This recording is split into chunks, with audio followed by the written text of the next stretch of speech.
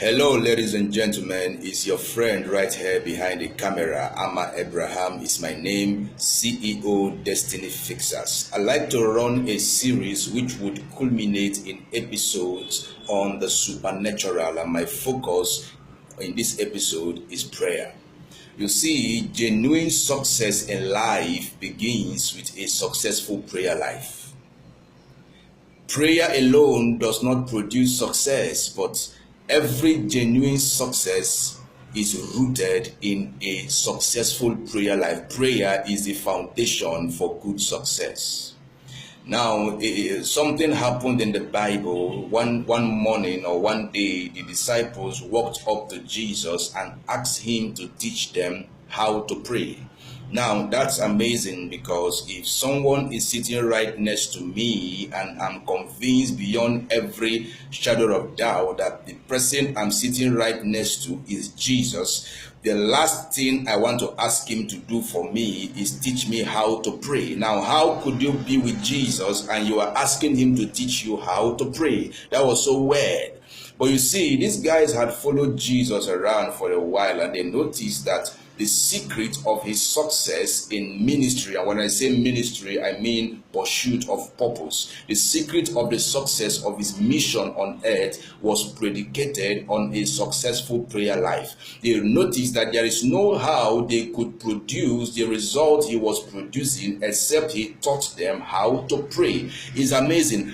Now, if Jesus were to stand right next to me, and I'm sure he is Jesus, and I'm giving a slot to give him a prayer request, I will be very truthful to you. If it were in the days that the light I have now, wasn't really there, I wouldn't ask him to teach me to pray. I like to inspire people. I like to, spark up something in people. I would ask him to teach me how to inspire people. I would ask him to teach me how to teach, how to preach.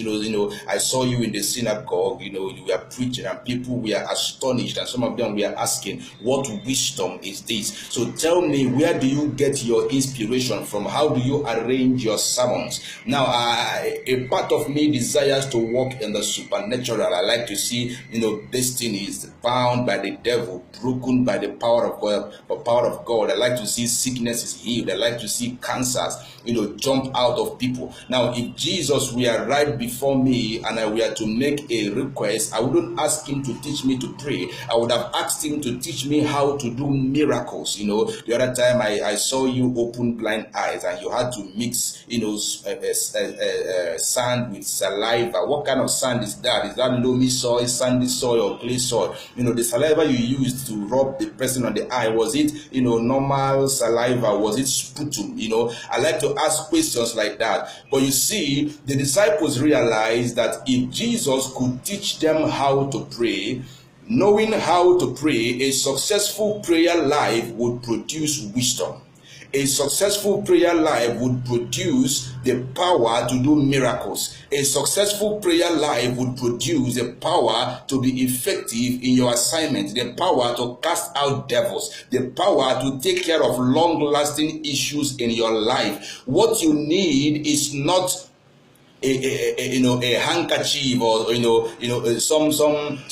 some prayer house somewhere trying to make money on you over your situation. What you need is a prayer life. If you are a believer and you are born again, you are not powerless. Perhaps you are prayerless, because a prayerless Christian, even though the power of God is at work in him, that power cannot be converted from potential energy to kinetic energy.